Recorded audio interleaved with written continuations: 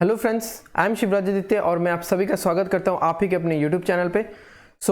Last session में, last class में हमने indeterminacy and stability of structures समाप्त कर दिया है।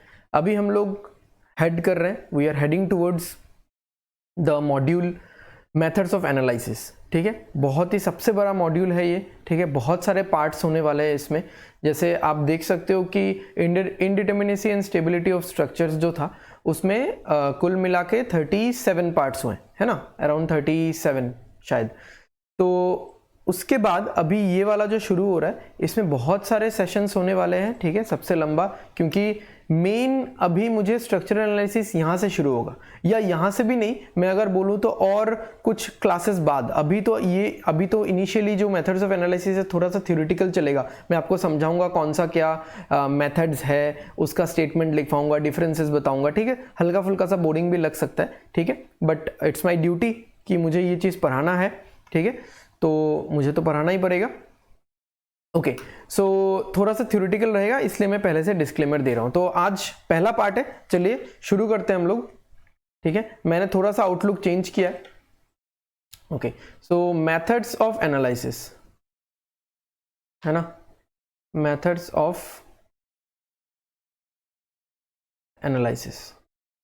ठीक है, तो जैसे अगर मैं डिफरेंशिएट करूं डिटर्मिनेट स्ट्रक्चर, मतलब एनालिसिस ऑफ डिटर्मिनेट स्ट्रक्चर और एनालिसिस ऑफ इनडिटर्मिनेट स्ट्रक्चर। ठीक है, मैं बस डिफरेंसेस लिखवाऊंगा हल्का फुल्का सा, तो देट आपको एक आइडिया लग जाए। ठीक है, ये चीज ऑलरेडी हम लोग देख चुके हैं, कहाँ पे, discussed in SOM, strength of materials. Okay, पहला, can be solved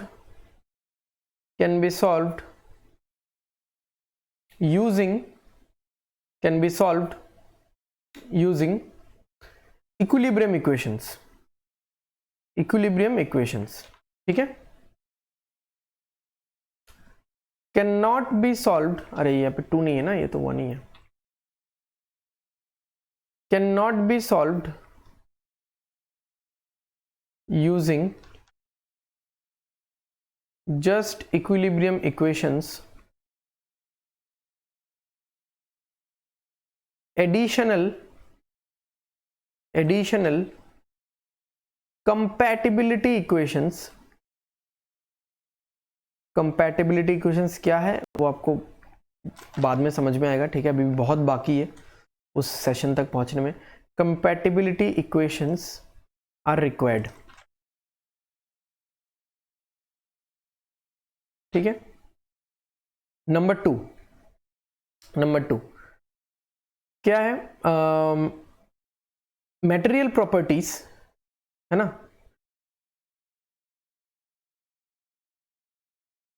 material properties, या फिर आप बोल सकते हो क्रॉस सेक्शनल जो डायमेंशन भी है ना। तो आप मटेरियल प्रॉपर्टीज बोल सकते हो या क्रॉस सेक्शनल डायमेंशंस भी पहले बोल सकते हो, तो पहले वही लिखते हैं। Cross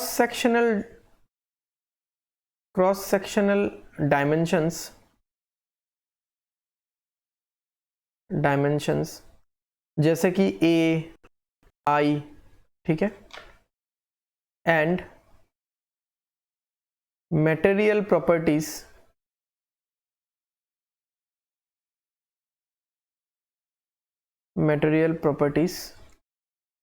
R not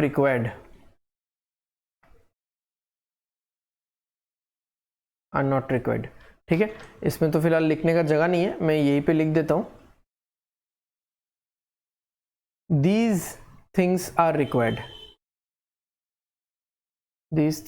required। हालांकि इंडिटर्मिनेट स्ट्रक्चर को सॉल्व करने में there are two sections of methods.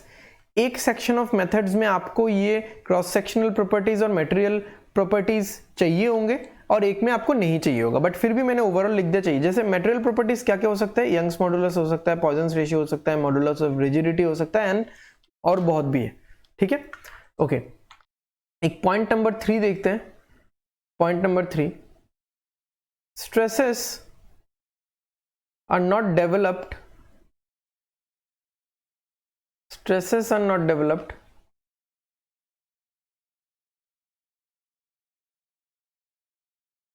है ना, या stresses doesn't develop, ऐसा लिख सकते हो आप। stresses are not developed due to change in temperature, ठीक है, due to change in temperature. तो डिटर्मिनेट स्ट्रक्चर में क्या है कि बहुत सारी फ्लेक्सिबिलिटीज हैं। आप जैसे देख रहे हो कि इक्विलिब्रियम इक्वेशन से सॉल्व हो जाएगा एक तो। नेक्स्ट क्या है, cross sectional dimensions, material properties, ये सारी चीजें हमको चाहिए ही नहीं, तो हमको हेडेक ही नहीं लेना। बट इंडिटरमिनेट स्ट्रक्चर में आपको चाहिए होगा, जैसे कि मैंने बताया, फिर भी 2 सेक्शंस ऑफ मेथड्स होंगे जिसमें एक में चाहिए एक में नहीं चाहिए। बट ओवरऑल आप बोल सकते हो कि अगर मतलब एकदम अच्छा खासा मुझे मतलब एनालिसिस करना है तो मुझे चाहिए ही होगा। ओके, जैसे यहाँ पे stresses develop due to are not develop, या stresses develop due to temperature are not considered, ये लिखने से ज्यादा बेटर है ना। डेवलप नहीं होता ये बोलना सही नहीं है। Stresses developed due to temperature are not considered,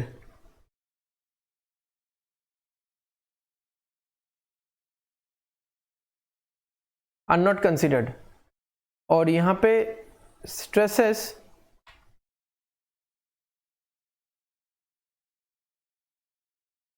developed due to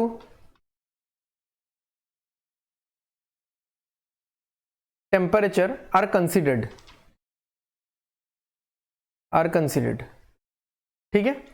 number 4 stresses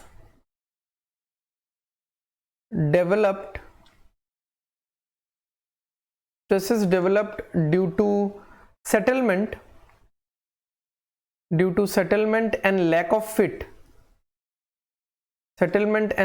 fit are not considered,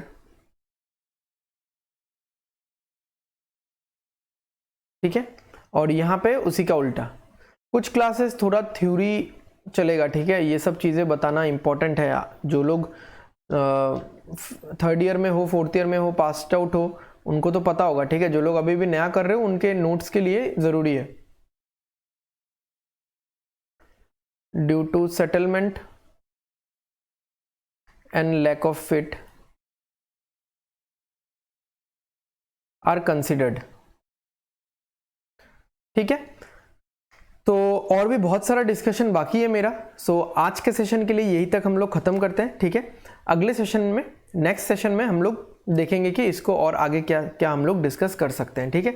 तो तब तक के लिए take care, bye bye, God bless you. अगर आपको सेशंस अच्छा लग रहा है, तरीका अच्छा लग रहा है पढ़ाने का, ठीक है, फुल सिलेबस तो मैं डिस्कस करने वाला ही हूँ, तो आप लोग प्लीज़ लाइक कर दो, शेयर कर दो सबके साथ, ठीक है। सब लोग कोचिंग अफोर्ड नहीं कर सकते, ठीक है। ये गेट के क्लासेस के लिए, मेनली मैं गेट के लिए ही पढ़ा रहा हूँ, बट मैं डिटेल में पढ़ा रहा हूँ, ठीक है। तो जो लोग कॉलेजेस में हो वो लोग भी यहाँ से नोट्स बना सकते हो, ओके। सो अगर सब कुछ आपको ठीक लग रहा है तो सब्सक्राइब करो चैनल को और hit the bell icon, and so that कोई भी नोटिफिकेशन आपका मिस ना हो। और कमेंट्स में लिखो, ठीक है, कि और मैं क्या क्या कोर्सेस लेके आ सकता हूँ और कहाँ पे आप लोग प्रॉब्लम फेस कर रहे हो। तो तब तक के लिए अच्छे से पढ़ो, take care, study hard and study well. Bye bye.